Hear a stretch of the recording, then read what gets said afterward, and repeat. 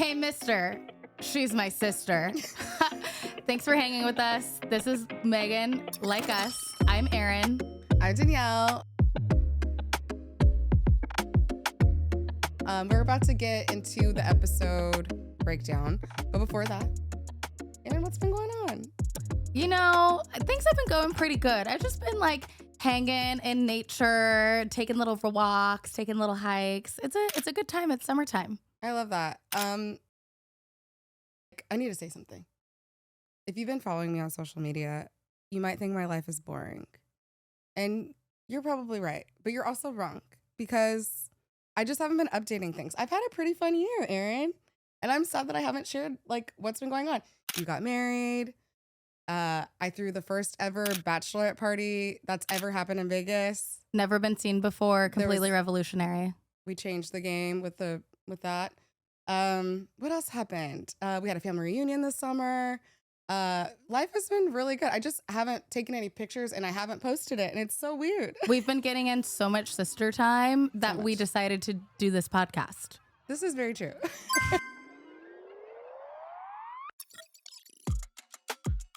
So in this week's Dumb Headlines about Meghan, this one comes from, and again, I love who the article is by. It's the Daily Soap Dish. Oh, okay. And their headline reads, "The real reason why Meghan Markle's brand, as ever, is a failure." Which, first of all, like, is it a failure? Like, it was sold out every time it drops. Is it a failure? I don't know. But they are saying, and in this article, they reference royal commentator Brittany, who has a YouTube channel, the Royal News Network, who called Meghan the laziest creator. Oh. And this is then contradicted later in the article because then they're criticizing her as essentially being someone who is needing to carry as ever on her back. So they're kind of making the argument that whenever celebrity businesses rely on the celebrity to be front facing on the business, it doesn't give the business the best opportunity to sell later. And so then they use Selena Gomez and her rare beauty line as an example because Selena is the celebrity founder, but also it's not necessarily so heavily tied to Selena Gomez directly. And, you know, I think that there's a couple of things to unpack here. First of all, like just the pure contradiction. It's like, what is it? Is Meghan lazy or is she carrying this brand on her back? It feels like time and time again, they are trying to like pinhole into being like something. Whatever it is, it's a something. There's always a problem. Yeah. But then secondly, and I think this is like the most glaring difference and why it's not even a good way to think about it is like they're comparing a beauty brand to really like a food brand. And if you're anyone who likes to eat food, having some connection to who is making the food is what you want. That's the point. It's art. Like if you're going to go buy a piece of art, the artist matters. Food is a form of art.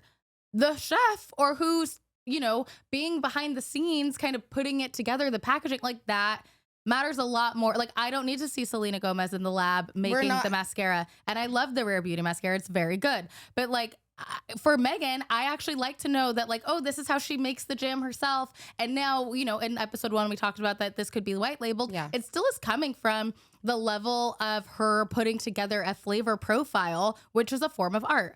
So I just think that this is a stupid headline. I think it doesn't make sense. This is why it's in the dumb headline section. But I also think that like as ever's always sold out, like we said. And so I think that, you know, if we're looking at Meghan being totally fine, being out in front, she's been on podcasts, she's carrying this brand on her back. She's obviously, it's something she cares so deeply about. Yeah. I just don't think this critique is fair and it doesn't really make sense.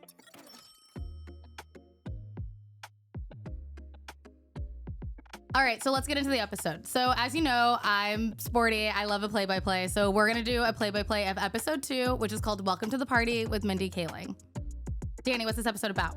Okay, so in this episode, she makes a garden frittata, a yogurt parfait, of course with the flour sprinkles, and homemade preserves, some sandwiches, ladybug crostinis, but also they do like a balloon arch. They do some party decor, some giveaways for the party. And Meghan really does it all in this episode. She kind of does it big. Yeah, I mean, the episode starts and Megan's picking berries, and Megan's hair looks super cute while she's doing it. Again, like I said in episode 1, whenever Megan looks beautiful as she is, we have to call it out. They're shooting it so that you understand that this is a beautiful woman doing something in the most idyllic setting. But even the food containers are beautiful. Like she has these like fabulous like little boxes that she's putting the food in, and you're like, okay, we're not in Kansas anymore. We're doing something different. And the thing that's so funny is like as she's picking these, she goes into making the frittata for Mindy, who's coming over to her house, and she's talking about bacon. And she goes like, my bacon brings all the boys to the yard. And in that moment, I'm like, oh my God, this woman's hilarious. And also so quirky. Yeah, she's so great. I actually liked the scene too because I actually just like Meghan, honestly, because she just does things like cook frittatas, but with like a wrist full of Cartier bracelets, you know, like that is so LA girl coded. Yeah. Of a certain time, of a certain like, you know, socioeconomic status. But that's definitely a thing. She's giving LA it girl, rich girl. And I love that for her. Yeah. So Mindy comes over. They're eating the frittatas. They're having basically a hair off because between Mindy's beautiful hair and Megan's beautiful hair, it's like thick and amazing. And I'm like, I need a lace front. That's this hair. They look amazing. And then, you know, they start pouring a little bit of champagne and it's like, oh my God, am I going to get hammered? And at that point, I'm like, okay, I got to buckle in. I'm locking in on this episode because there's jokes galore happening. And obviously Megan's feeling a little silly this episode. And what I started to realize as she's talking through kind of the stuff she's done with the party setup for her kid, it's very clear that why the show is called With Love. And I know that could sound kind of dumb. You're like, yeah, of course she's making it with love. But in this portion of the show, and then when you reflect back on episode 1 and the basket that she makes for Daniel, it's very clear that Megan's doing all of this because she wants to really, she aspired to and now has achieved and become this person that can do things with love for the people in her life that she loves. She can make stuff that's homemade. She can spend a little extra time doing the balloon arch. And I think that's something that all of us really can relate to. Yeah. We do want to do stuff that is with love for the people in our lives. And, you know, I think the show really nails the theme and the title, and it really comes to show in this episode. My favorite part is when she gets into the balloon arch and she thinks that she can blow it all up with just her mouth. I know. We're making this balloon arch for Archie's first birthday. It doesn't look like an arch. It'll get there. Really? We have to roll these up. The first time I had the fascinating adventure of doing this manually, it can really start to get tiresome on your cheeks.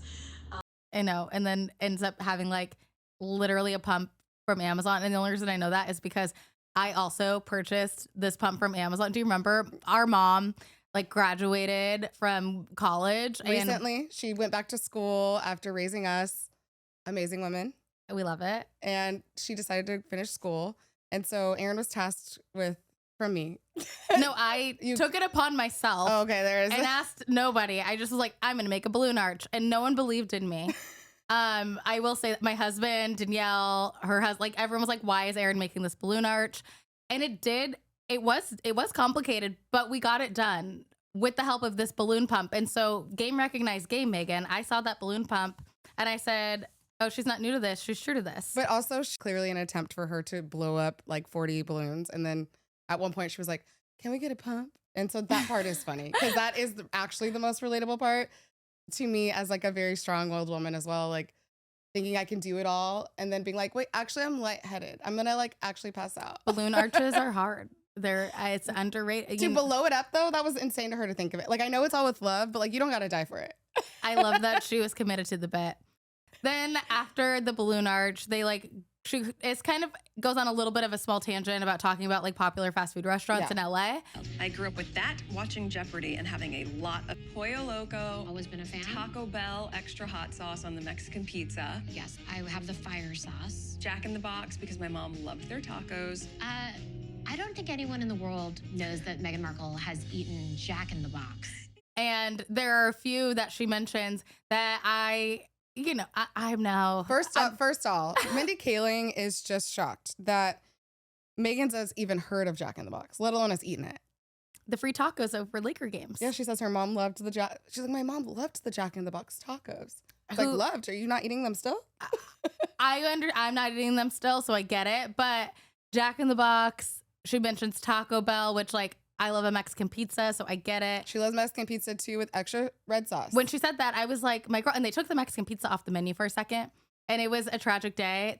I think they have brought it back. That and a Doritos Loco Taco, I'm done. That's what I want all day long from Taco Bell. And then like El Pollo Loco is actually my favorite fast food yeah, restaurant. like I feel like such a classic. Such a classic. Our dad always growing up get a pollo bowl. No, I mean like so I love that Megan's like mentioning these like LA staples. These popular fast food restaurants that like come from LA. The only one that was missing was like honestly Del Taco. But I'm like watching this and I'm like, oh my gosh, Megan.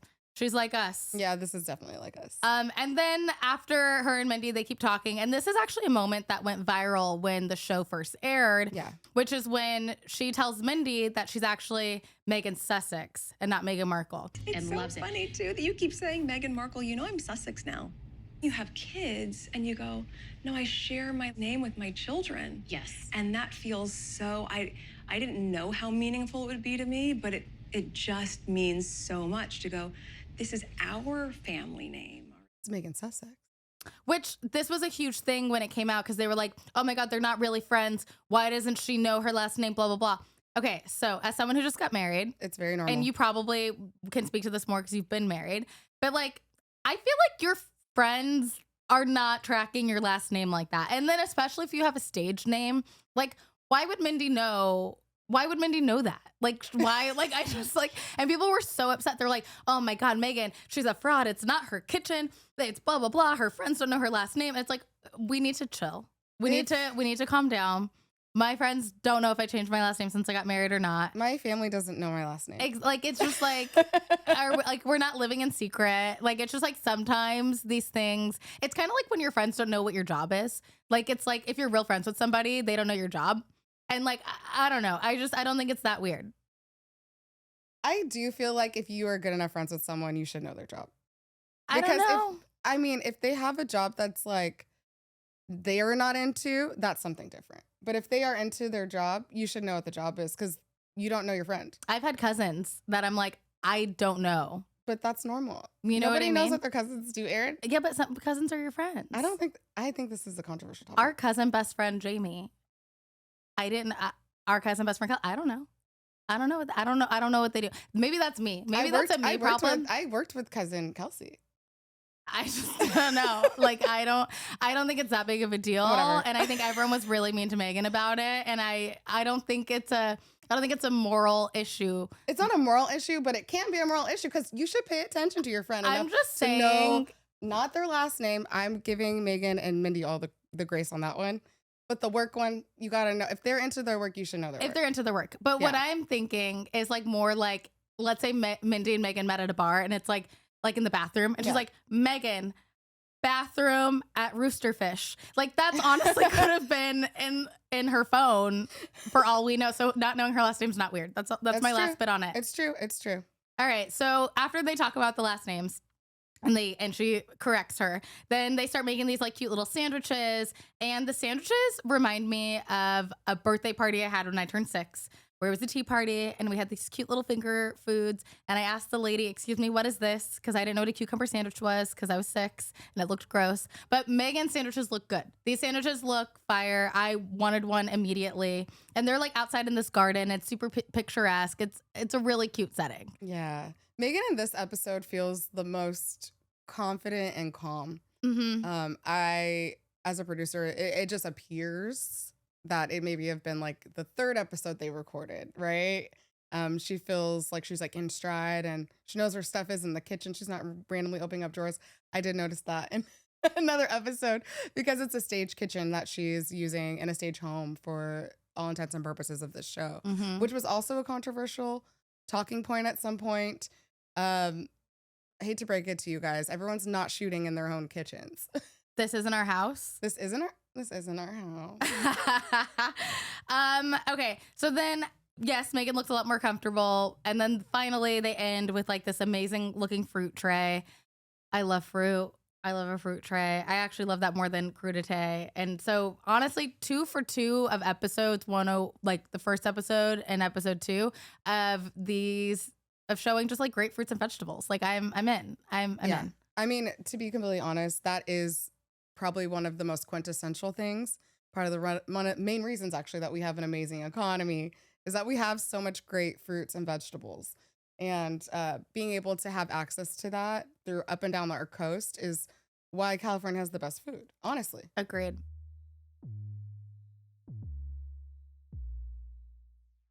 Okay, so end of the episode. How many like us were there? What do we think about episode 2? So for me, my likes us for this episode are she needs the pump for the balloon. Absolutely. I mean, you guys do not be crazy. You cannot I've literally been there. You will die. I'm gonna take it one step further and say pay for the business that does the balloon arch. Hot take. Wait. That is very costly. You can't do it with love if the girl that you paid named Meghan is doing it. It's worth every penny. If you have it, like that's my hot take.